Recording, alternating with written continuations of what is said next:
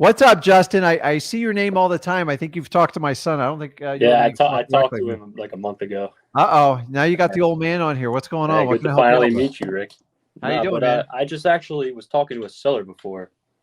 She wants to sell her house, but when I look at PropStream, the mortgage payment is way more than the house is even worth. And I'm just wondering if there's a deal even to be made if the mortgage is. Okay, that doesn't make sense to me. So you're talking about the mortgage balance, not the mortgage Yes, payment, right? that's what I meant. The mortgage balance. So what's the ARV, the estimate on the house? It's about like 350. Okay, and what does she owe? What's the outstanding mortgage? She does not know the exact amount, so I told her to get back to me when if she could figure that out. But PropStream is showing it's 573, which is a lot, way too much. So you don't write off everybody. So if you want to get in the weeds, you can go in your how long ago she buy it? Do you know? It should tell you right there. 2019 for 140, all cash.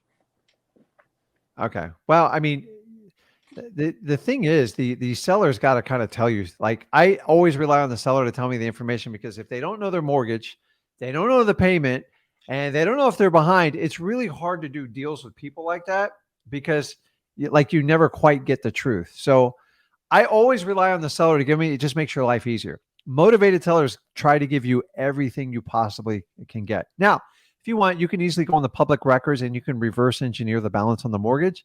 It's a pain in the ass. I don't like to do it unless I have to, but it is a public document and you can do that. So you can look at the date that they recorded the mortgage, and you look at the terms. Sometimes they give you the terms on it. Depends on how they record it. But she doesn't know how much she owes on the property?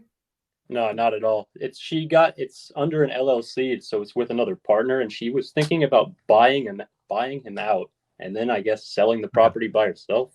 Here's what I would do is now it's real messy. So I would have her get the details and get back to you and just use her as a follow-up. Like, you don't want to spend, guys, you don't want to spend hours working on stuff like this, because this is what wastes your time. If 95% of the people are going to kick you to the curb, focus on the ones that want to connect with you and give you information. Motivated sellers feed you information because they want help. Tire kickers waste your time. By the way, whenever someone goes like, my favorite is, I go, well, how much do you owe on the house? That's private information. I don't want to give that to you. I'm like, okay, I'll just look it up in public record. It's like, but it's when they start doing that, I know it's not going to work. So I would just have them get the information, get back to you. So not only do you have to overcome the mortgage, and remember, you're just looking at a quick snapshot in PropStream. It's not always accurate.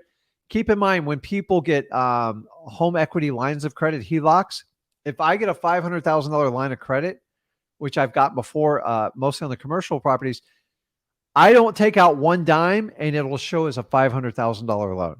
Why do they do it? They protect their interest until they make sure that line of credit is closed out. So sometimes they're wrong, or they're like a line of credit. So sometimes they don't make sense, but I would wait till they get you the information with, like, don't spend a lot of energy on it. Yeah, I'm not. That's what I told her. I told her she should get back to me tomorrow. Yeah, the buying out of the partner is going to be your bigger issue than the mortgage. I was a little confused about that. I was like, okay, that sounds like a headache, but if that's what you're going to do, all right, I can't stop you. If this happens and the sun sets and the water comes up over here, and he okay, well, let me know, or I'll reach back out to you in like a month or send you an email. So yeah, that's what I told her. But if I can't do anything, it is what it is. Okay, what else you got? No, that was it. That was my main question. Yeah, you got, guys, what I'm trying to do is understand is, don't spend energy doing all this crazy research. You will drive yourself nuts. You will have to find people that have the most motivation, that need to sell their house, and the tire kickers that want all this analysis. Let them go to the realtors, because here's what. The realtors aren't going to be solving their problems either right now. So in the last 4 or 5 years, the realtors solved everyone's problem because they didn't have to do anything because the market was so hot. Now the game's changed. And so I told you earlier on these lists, these realtors this is your opportunity. If you ever want to try to figure out how to network with a realtor, now is the time. Because once the market goes back to normal, and I don't know when that's going to be, I think we're in at least a year and a half here, minimum. And remember, it takes longer to recover from a market than it does to drop. So realtors are slow. They don't know what to do. All you do is train your realtors on, listen, if you ever come across a property that just doesn't fit the normal build, meaning it's like not picture perfect ready, it needs repairs, call me. I can make an offer. I can get it bought quickly with cash, and I'll pay you your full fees. And that's all you got to do. So it's like, do not spend energy. Do not, other than making another call or a text, I wouldn't do anything else. Yeah, that's what I was going to do. But now when they call you back, and so the ones that you go, I go, listen, if you ever get the mortgage balance or you ever cash your partner out, please give me a call back. Sometimes I don't even call those people back. Like it's, yeah, she actually called me back, surprisingly. Like I was supposed to call her tomorrow. I set up a time and everything, and she called me back. So guys, you are now in a market too. You need to pay attention when your sellers keep calling you back. Be aware that is a progressive motivation step. And so instead of you stalking them, they start stalking you.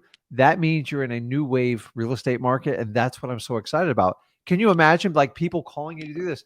Guys, the longer you wait, the more they're going to want to sell to you to a point. So you got to find people with motivation, the ones you can help now.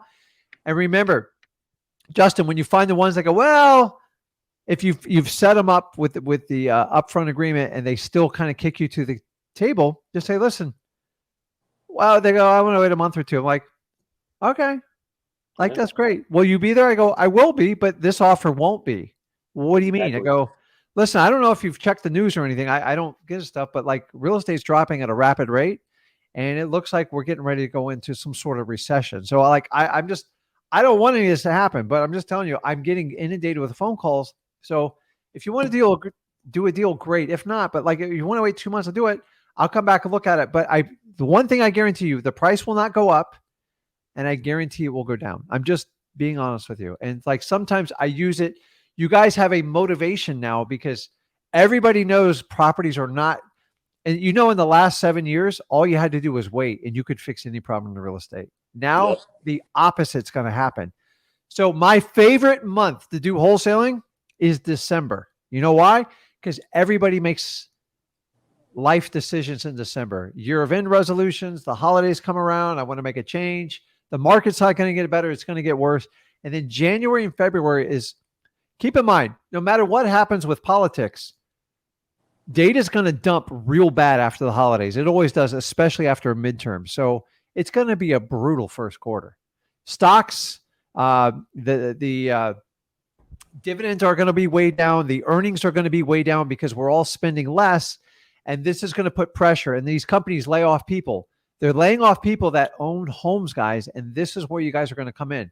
So people, as bad as the stock market's reeled back about 25, 30%, dude, real estate's just getting started. Now, here's the good news is this will be a little blip on a chart. And you're going to go back, man, I remember when Rick told me to jump into this thing. So the thing is, Justin, you're young, just get started now. I've been doing it 20 years. Do you think I go, I'm stopping now, I'm starting now? Just consistently do it. Find deep discounted properties, find people with the most motivation, and go change your life. That's how you do it. Yes, sir, Rick. Yeah. All right. Well, that answers all my questions. Okay, man. I'll talk to you again, man. I appreciate it. Yeah.